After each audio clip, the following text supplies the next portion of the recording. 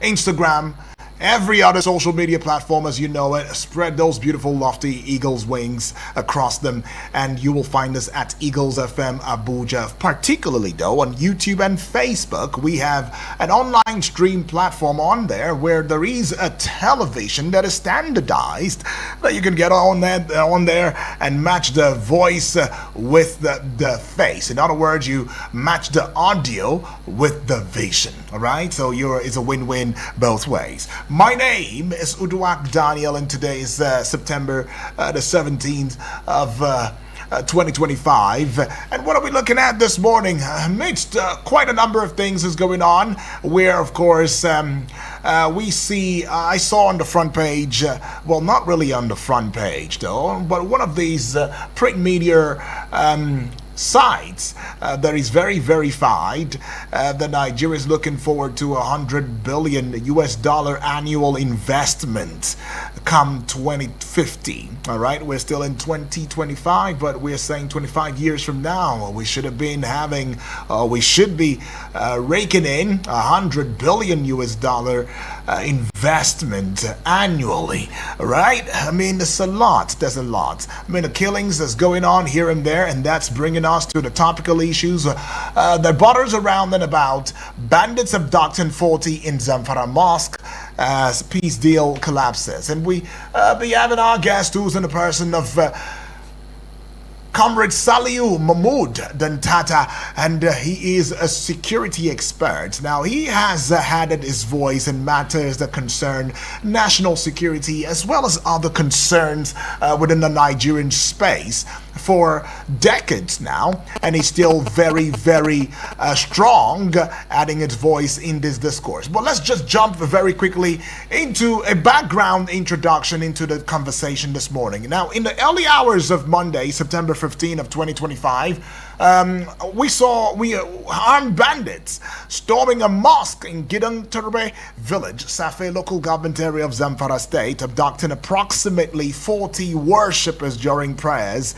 That's not just during prayers, that's during dawn prayers. So in the early hours of the morning, prayer time should be around 4 a.m. Yeah, that's the time. All right. Now, this brazen attack actually occurred barely 25 hours after reports emerged of peace deals between local leaders and armed groups in neighboring Katsina state, brokered by traditional and local government leaders, including the Marading Katsina and district head of Kurfi, Alhaji Mansur Ahmadu Kurfi, and the local government chairman Babaginda Abdullahi Kurfi. Right. Now, the peace agreement, though, signed on August 28, 2025, was aimed at reducing violence, kidnapping, cattle rustling in the northwest region.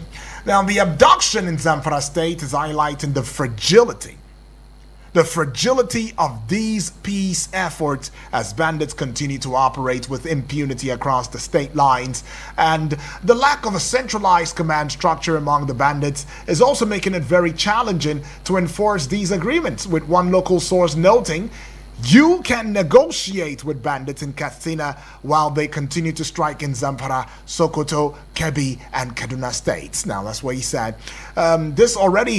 This incident is not an isolated case, as banditry and kidnappings have become endemic in the northwest region. In a separate attack on Godai village in Bukuyum, local government area of Zamfara state, bandits abducted 10 persons. The Zamfara State Police Command has confirmed distress calls and deploying security personnel to the areas. But against this backdrop of insecurity, though, President Bola Ahmed Tinubu has vowed to establish state police architecture, citing the need for a rather more decentralized policing structure, right, to tackle evolving security challenges. And this declaration was made on June 16 of 2025 during a high-level legislative dialogue on constitutional review and national security architecture in Abuja. Right, we're joined already by our guest. A very good morning to you. Comrade Saliu Dantata, are you there? Hello, good morning to you. Comrade, are you there? Okay. I can barely hear the comrade right now, but let's see how we can fix that right here and on here because this is a very crucial conversation and voices has got to be heard. Comrade, can you hear me now? Yeah, I can hear you. Good morning. Oh, good morning to you, comrade. Salut, Dantata. All right, now let's look at this matter in context. I mean, comrade, the recent abduction of 43 worshippers from a mosque in Zamfara state, Gidang Turbe village, and 12 persons in Godai village, it has really sparked widespread concern and outrage. I mean, the incident highlights the ongoing security challenges in Nigeria, particularly in the northwest region, where bandits continue to terrorize communities despite the efforts they're making to negotiate peace deals. And that brings me to asking you, because you are one who has been within the security system, talking about matters of insecurity for over 10 years now, over a decade, right? At some point, when it was with the Niger Delta, there was some grounds for the militancy that went on with Niger Deltans. And when some of these issues were, when there were moves to address these issues, we saw that the Niger Deltans, militant, come out in the open and say, okay, you know what, no more fighting. They submitted their arms, their ammunition, their AK-47s and all whatnot. And that peace deal is, so to speak, sustained up until now. But why is it so hard that we, even after all of the peace deals that's going on within the northern region, especially the northwestern region and all, here we are, we're still not having grounds where we can say, okay, this is exactly what is the matter, and we will solve these issues. Okay, don't worry, drop your arms and all of that. Because the last peace deal, it does seem as though these high profile, kingpins of banditry and kidnapping, terrorism, came for a meet and greet. And it's beginning to seem like a tea party system now, where they come, they have tea, and they just talk and gist, and the next thing they go back home. Why are we still unable to broker peace? And would you say that brokering peace is the way forward for Nigeria now in the face of this turbulent times? Thank you very much, Udwak. Yeah. In the first place, I want to say there is no way you can compare militancy that occurred in Niger Delta before with armed banditry and insurgency. Militants in Niger Delta were only involved in blowing of oil pipelines and periodically kidnapping expatriates operating under shell and oil.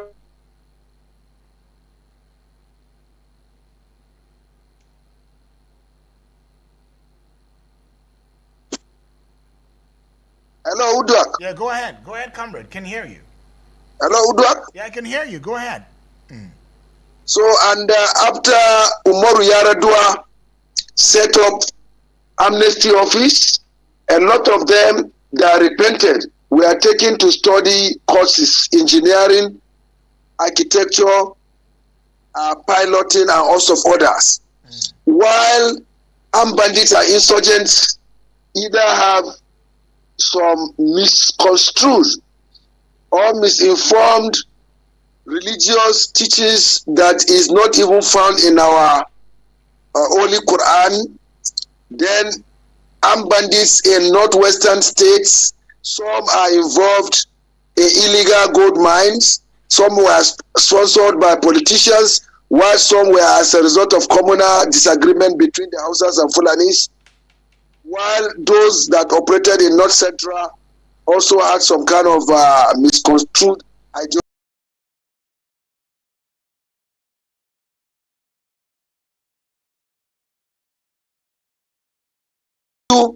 From advent of it, the federal government has been. Don't forget, they go through guerrilla warfare, they go through ambushes, they go through night raids and attacks. And you know, with the shortage of manpower, with non-existence, there are some areas in Nigeria that are ungoverned. And when I say ungoverned, these areas do not even have common outposts of the police, talk more of military cantonments, Air Force base, Naval base, or those of the DSS and others. Be it as it may, the efforts of the military, police, DSS, civil defense, and others have also been gathering momentum. We know under Buhari administration, a lot of monies were expanded to procure arms and ammunition, as well as this present administration. But we cannot also rule out with what happened in Mosque attacks before that of Zamfara under Sahel local government. There was under Balufashi local government in Gidam Mantau, where it was early worshippers that were also killed by these bandits.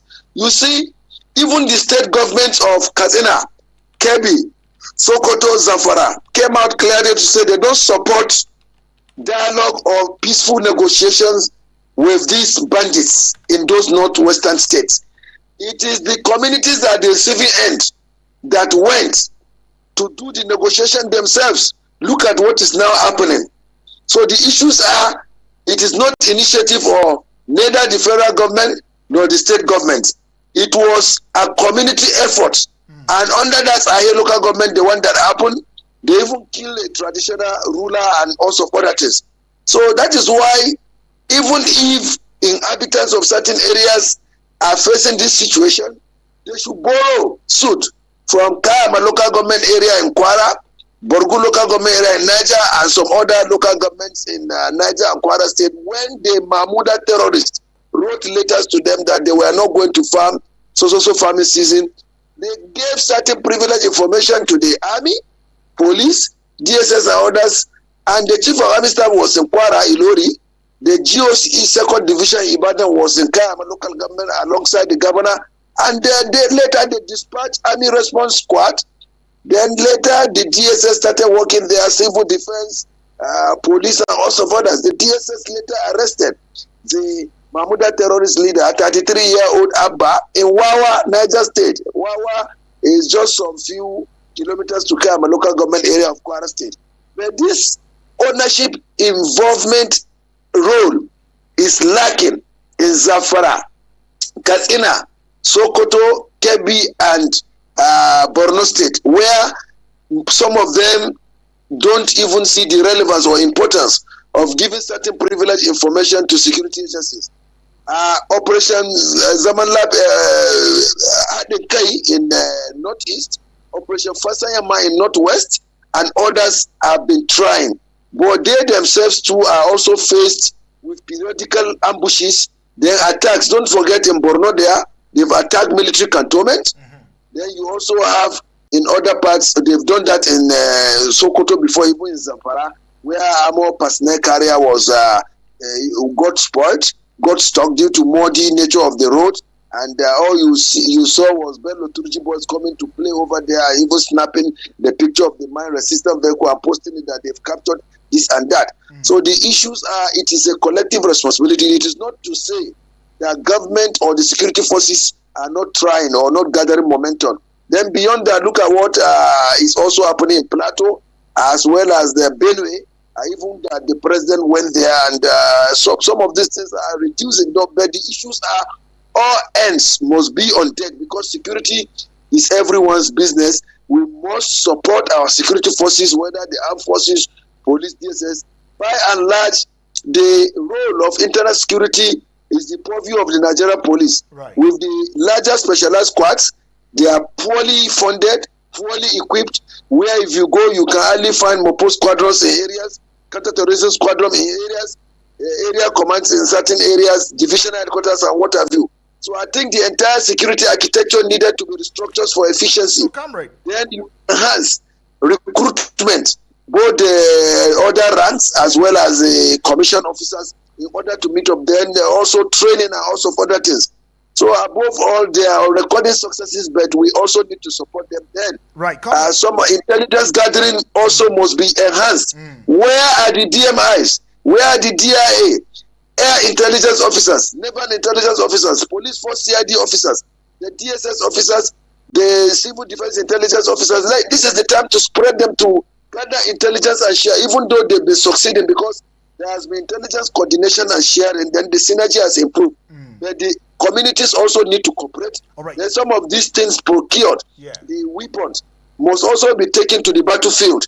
It is not when it happened, you start saying Operation Fasanyama, even though you are there, do go and do this. No, it is high time we also establish permanent security structures in nook and crannies of Nigeria, not even areas that are the receiving end at the presence, all other parts of Nigeria. Right now, let me come to you from the place an argument where quite a number of persons have said, look, we are very short in terms of personnel within the Nigerian police or the military at large, right? Today, Nigeria is boasting of 2 policemen to about 800 or even almost 1,000 people, and that is even unsustainable. Now, we know that we have a deficit in this regard, but it doesn't seem as though we are treating this with some sort or levels of seriousness. It does seem as though we're using kid gloves to handle these matters, and it's very heart-wrenching. But I should also take you to the place of bringing you back to the matter concerning looking into having a negotiation with terrorists, because these are bandits, these are terrorists, right? Some have argued that there is kinetic strategy and the non-kinetic strategy. Kinetic strategy looking into military operations, aerial bombardments, special forces and all. Non-kinetic looking into community engagement, counter-radicalization programs, the safe corridor offered, the radicalization, reintegration and all. Economic empowerment and addressing poverty and marginalization to reduce extremist appeal. Psychological operations, governance and human rights. I mean, if you're to put all of these together, there are arguments that sustain the desperation of these communities in reaching a peace deal with these bandits that says it is non-kinetic, and so we shouldn't see a problem with it, right? As long as peace is sustained, then maybe we don't have a problem. Do you agree with these thought line, and where do you think we can go with such narratives of negotiations with bandits and terrorism in this country? You see, you only negotiate with people that are in their rightful state of mind. Most of these bandits and terrorists are drug addicts. They always get under the influence of hard drugs before they perpetrate these heinous acts and evil acts. Don't forget, there was a Northwest Summit on Security that held in Katsina. It was supported by United Nations Development Program, and the host was His Excellency Katsina State Governor Azada. And this issue you are raising, they discussed the need for both kinetic and non-kinetic. But you see, even the non-kinetic aspect has not been able to work. It is this non-kinetic effort that made the communities to start negotiating. And look at the end result, where they are now killing some of them, attacking their mosques. So that is to tell you, it should be fire for fire. May the soul of former Inspector General of Police, Tafa Balogun, rest in perfect peace. Don't forget, when he was IG, when there was robbery in certain areas, he launched Operation Fire for Fire. So I think what should be taken into consideration is fire for fire. Non-state actors in those areas have made children orphans, wives, widows, husbands, widowers. How do you now negotiate with them? If you negotiate just because you want to have peace, when tomorrow their interest is not met, they'll come back, and that is what happened under Sahel local government. That is what happened under Gidam Mantau and also others. So I, for one, do not resort or support negotiation with either armed bandits or even insurgents, whether Boko Haram or ISWAP. We have capable military, we have capable police, we have capable civil defense, DSS and others.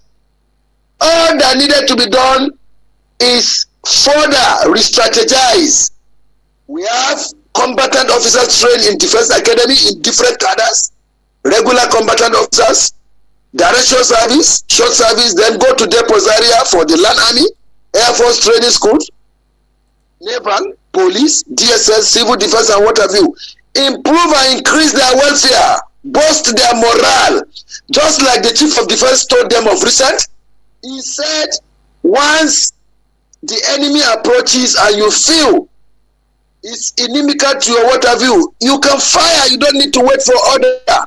Such orders should also extend to the police, DSS, civil defense and others. Once the enemy is approaching, whether commander that is leading the troop there or operation gives order or not, shoot the non-state actor, shoot the bagger, shoot the terrorists. The terrorists are enemies of Nigerians and enemies of our security forces. So I was very impressed when the Chief of Defense Staff, General C.G. Musa, gave such orders. That is commendable. That was foresight, wisdom, gallantry, and combatant nature. And that is why it is good to be properly trained. So I believe this effort you waste negotiating with them, unless the effort addressing officers and men of the armed forces, police, DSS, build better barracks for them, introduce hazard and insurance, give them more welfare.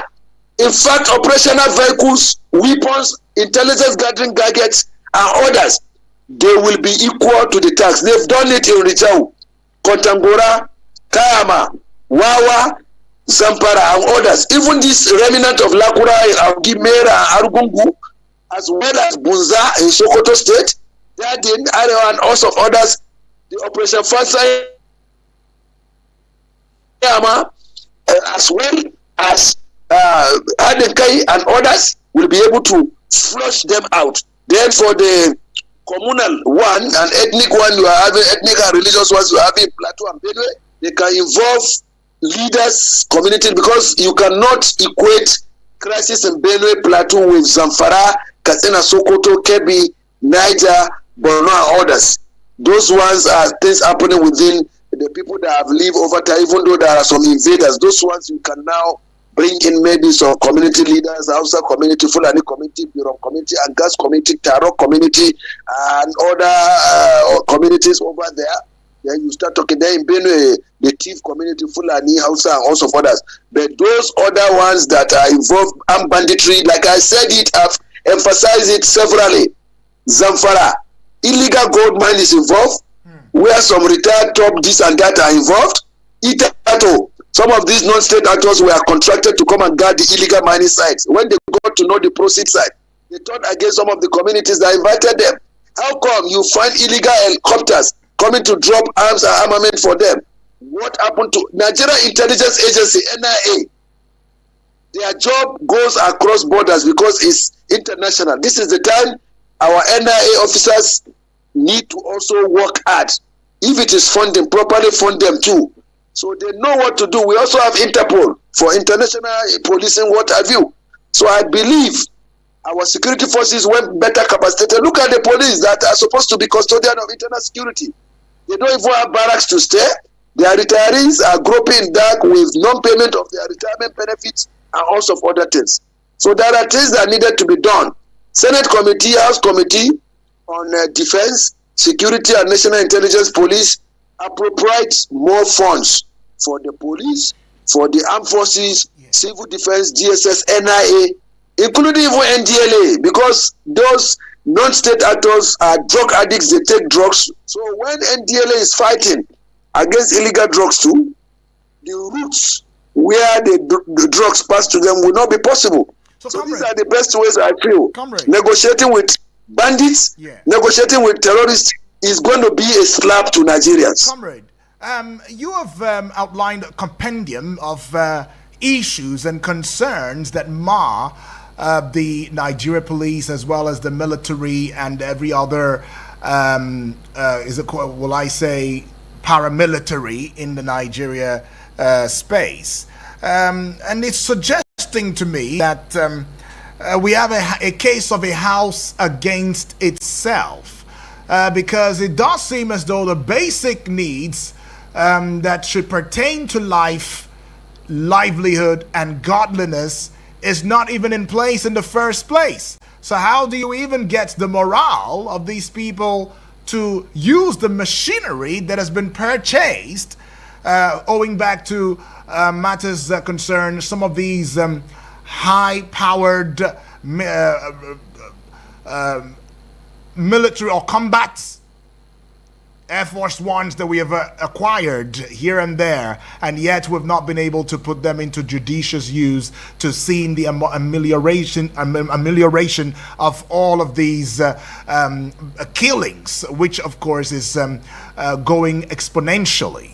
And now, if this is the true scenery to what is happening within the military and the police, do you think that this whole killings, this whole terrorism will come to an end anytime soon?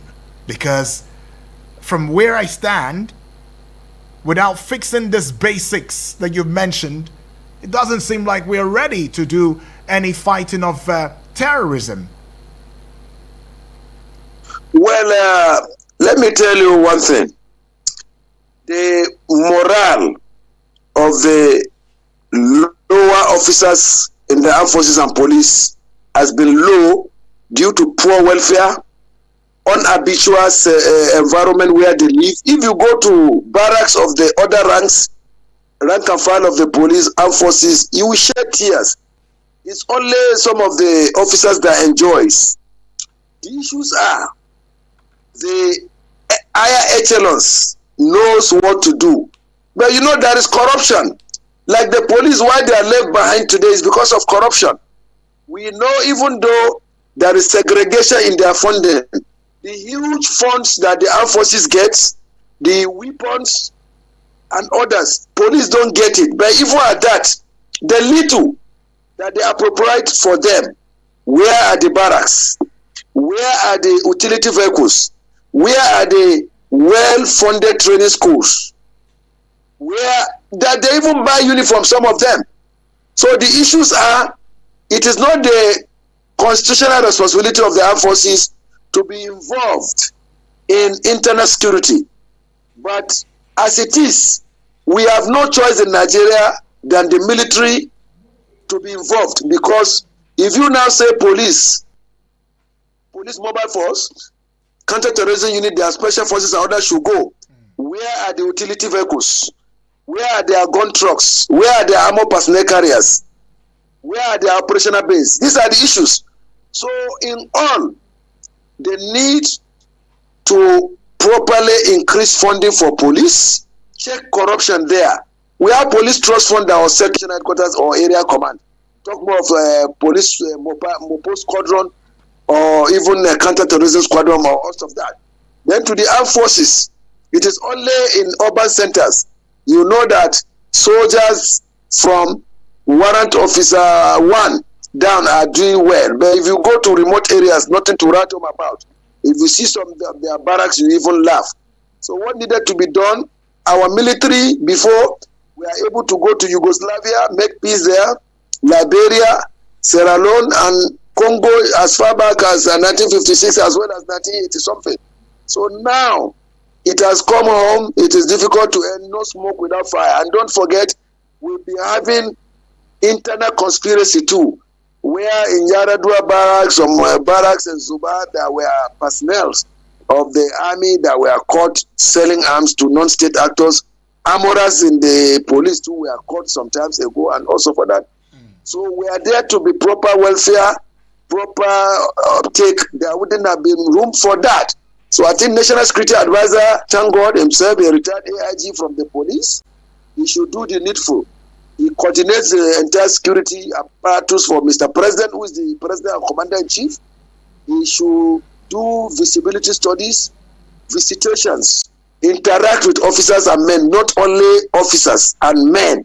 What are your problems? What do you feel? Like these barracks that we've been raising issue for the police, they said they are redesigning.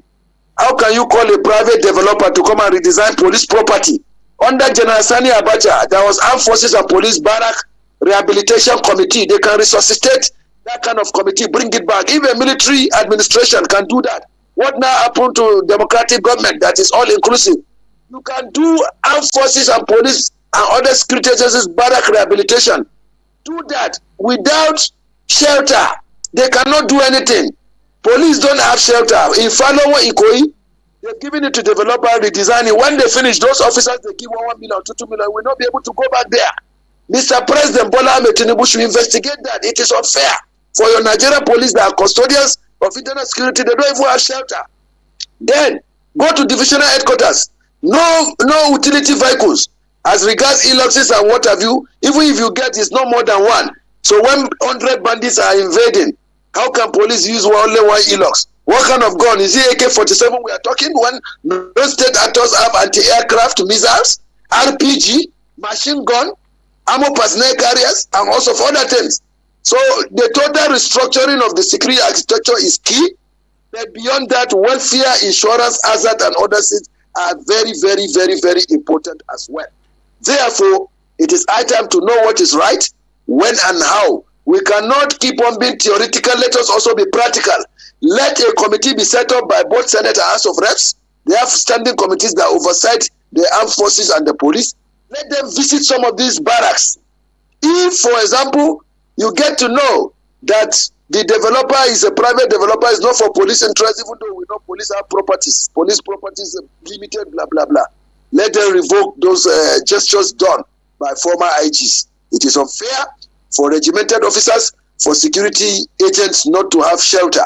So in all, they need care, proper training schools, weapons, but above all, welfare, intelligence gathering are key, and they should form the focal point. Comrade, I'm glad that you mentioned all of these things, and indeed, it's really scary when you think about it, and then you still want these personnel who are human beings too, having blood flow through their veins, to perform miracles and wonders with little resources at their disposal. But I asked a very clear question earlier. I mean, with all of these that you've mentioned, does it seem like we are winning this war? Like we will find in no time that banditry, terrorism will come to an end?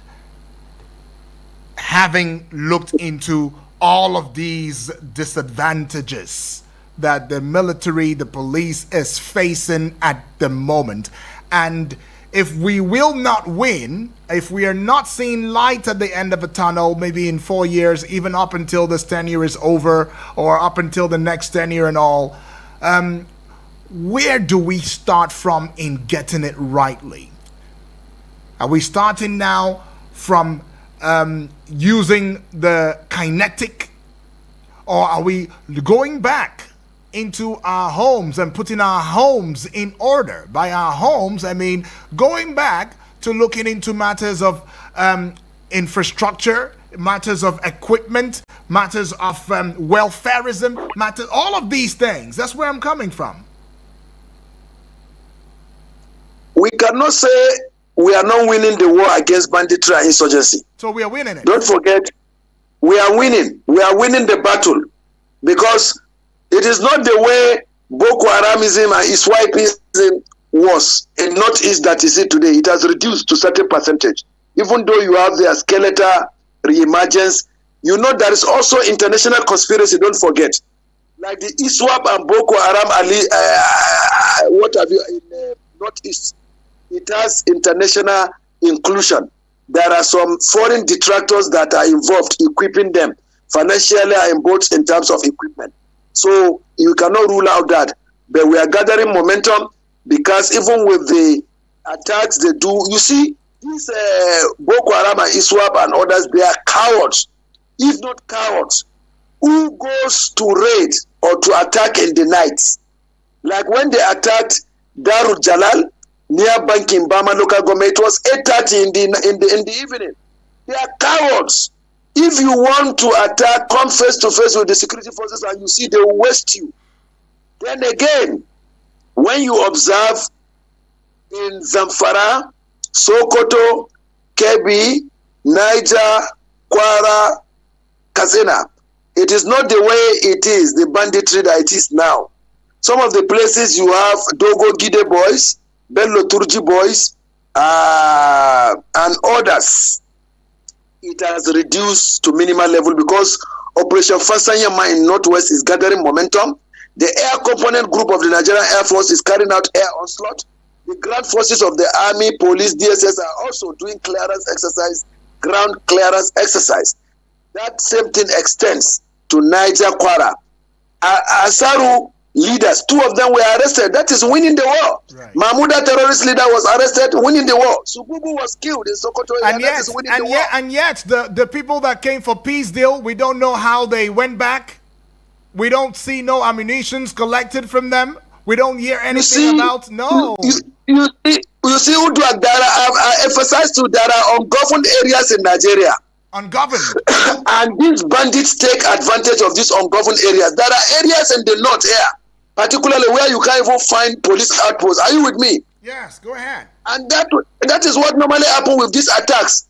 For areas that are properly governed, it is always very difficult for them, even though we know in the past they attack military cantonments and what have you. But I want to tell you, as it is happening, the security forces also change their strategies and they get.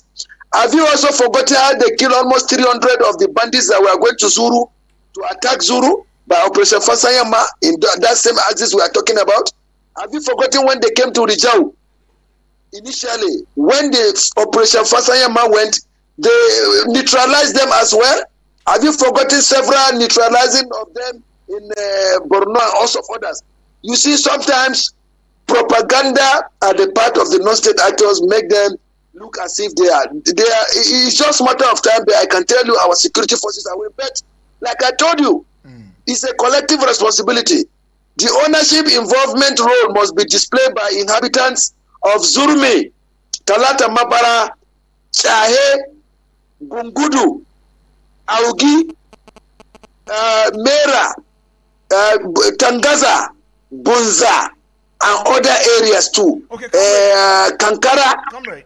Yeah, Matazu. Comrade. Yes. Let me put a peg to your thoughts. Let's just take this call. Hello, good morning. Good morning. Yes, good morning to you, Moses. Yeah, Moses, talk to us. What are your thoughts? I want to give kudos to your guests over there. Right. It's taking most of the things that most Nigerians are doing. Okay. They are made on this station. All centered on political and corruption. Accept that. Corruption, political, the insecurity is still exactly. You know that sometimes these people, politicians, use these people as talks during election. It is not far away from what insecurity we are going through today. Most of these people are conscious by these politicians. Okay. The one they are taking over the position, but how to pay back these people, there is no way they can do it. Because some of them went away with these guns, with this ammunition. Then another thing again, Yudi. One thing that we must look into this issue of insecurity, which you are lamenting, is an issue of internal and external collaborators, which your best really amount that. Until we fish these external and internal collaborators to deal with them and end their menace. If not, the issue of this insecurity, this nation will still continue. And they are functional. Then finally, the word of fire for fire. I love that your guest, the way you comment on that. Right. You don't have mercy on terrorists. Terrorists are terrorists, Yudi. Their mentality has been wash brain. They take drugs, they don't take human beings to do anything. Look at just the one that happened recently. A custom officer who was just on his own duty post was shot, and this man escaped, but yet they followed the killing to them.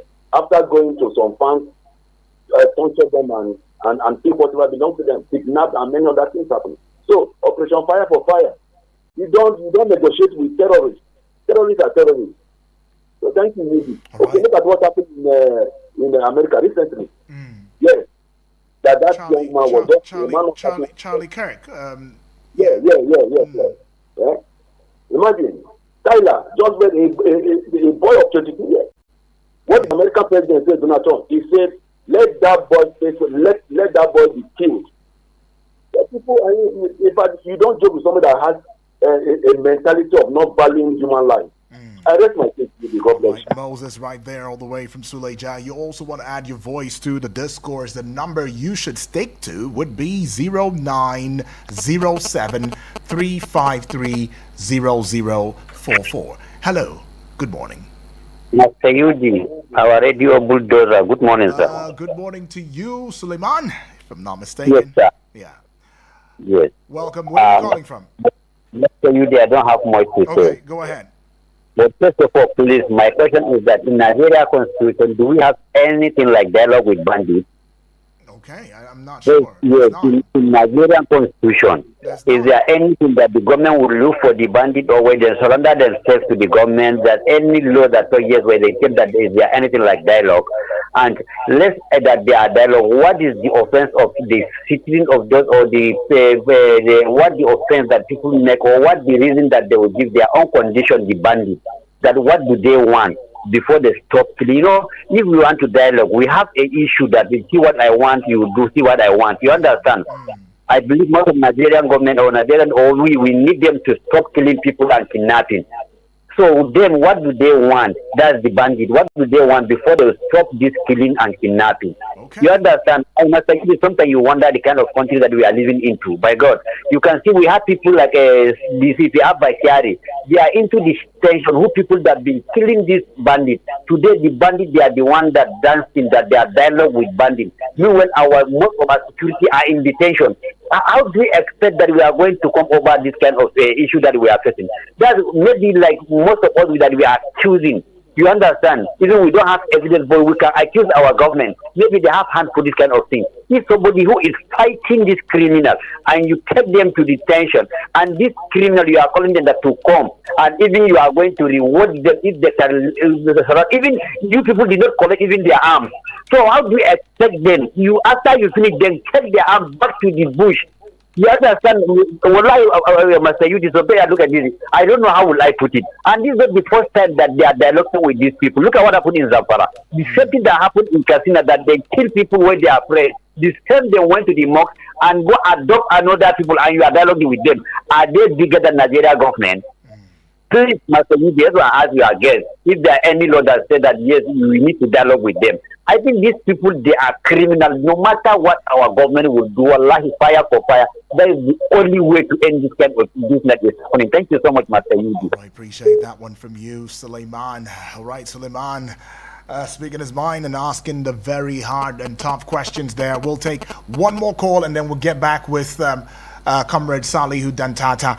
Hello, good morning to you. Hello, good morning. Good morning to you, please. Yeah, Oga, you did this Dr. Prince Hike on the line. Welcome aboard. Anyway, where are you calling from? Where are you calling from? I'm calling from Kanimo. All right, go ahead, Dr. Prince Hike.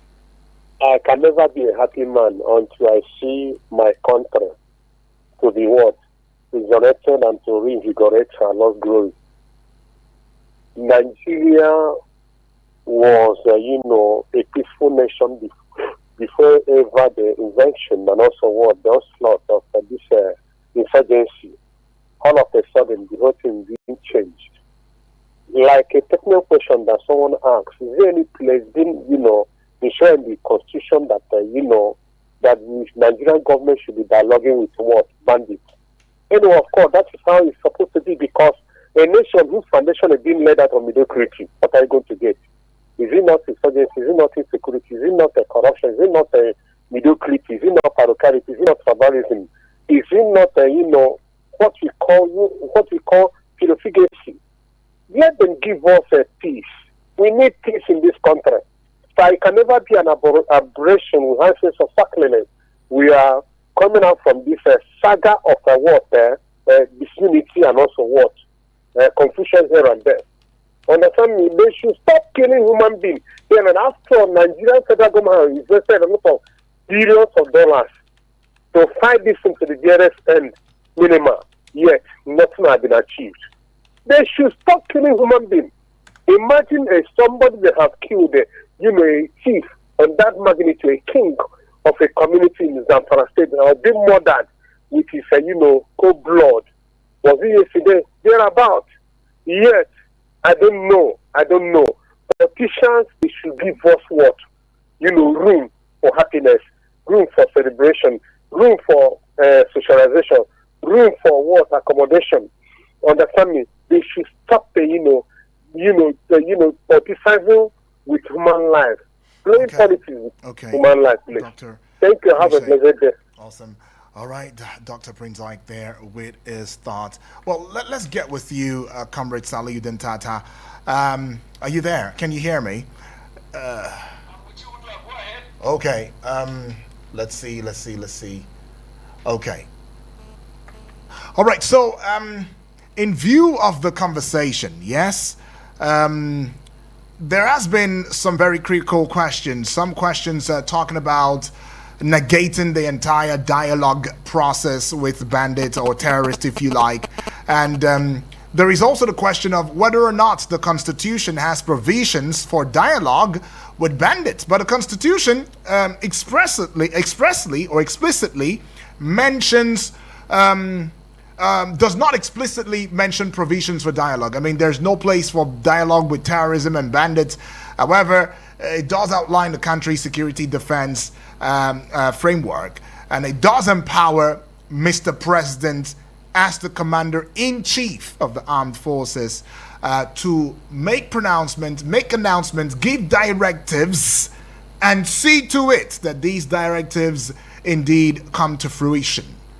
So, what would be your thoughts in view of the common goal that the family members are sharing on here, saying enough of the killings? Shall we continue to wait for the welfarisms? Shall we continue to wait for better infrastructure, a good uniform design before we are able to deploy a strategy that will indeed eradicate banditry or reduce it or reduce terrorism in Nigeria?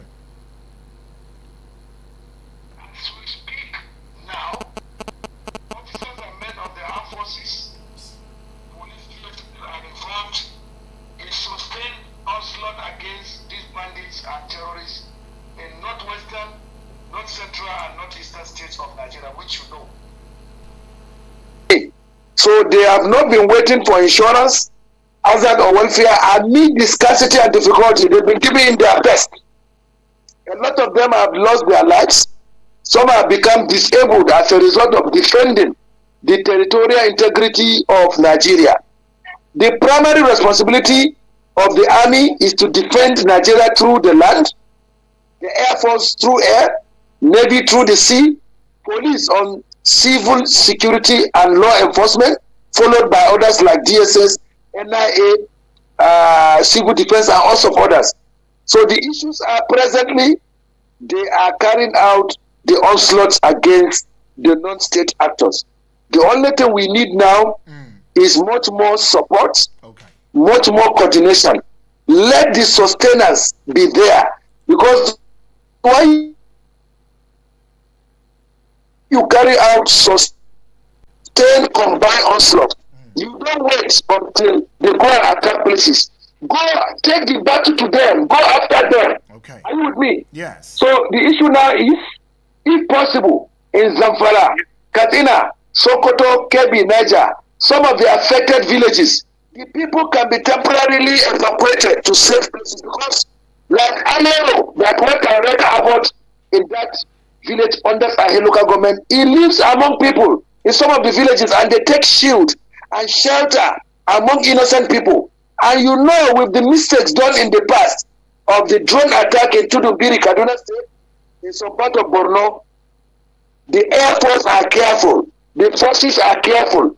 So it is not to say they don't know what to do. Some of these non-state actors, they go in mix of villagers to live.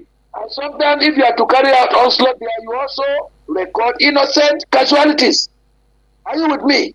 Yeah. So I think even though with intelligence gatherings, there are limitations sometimes. They are above all, with the Chief of Defense Staff order, that troops sometimes don't need to wait for orders.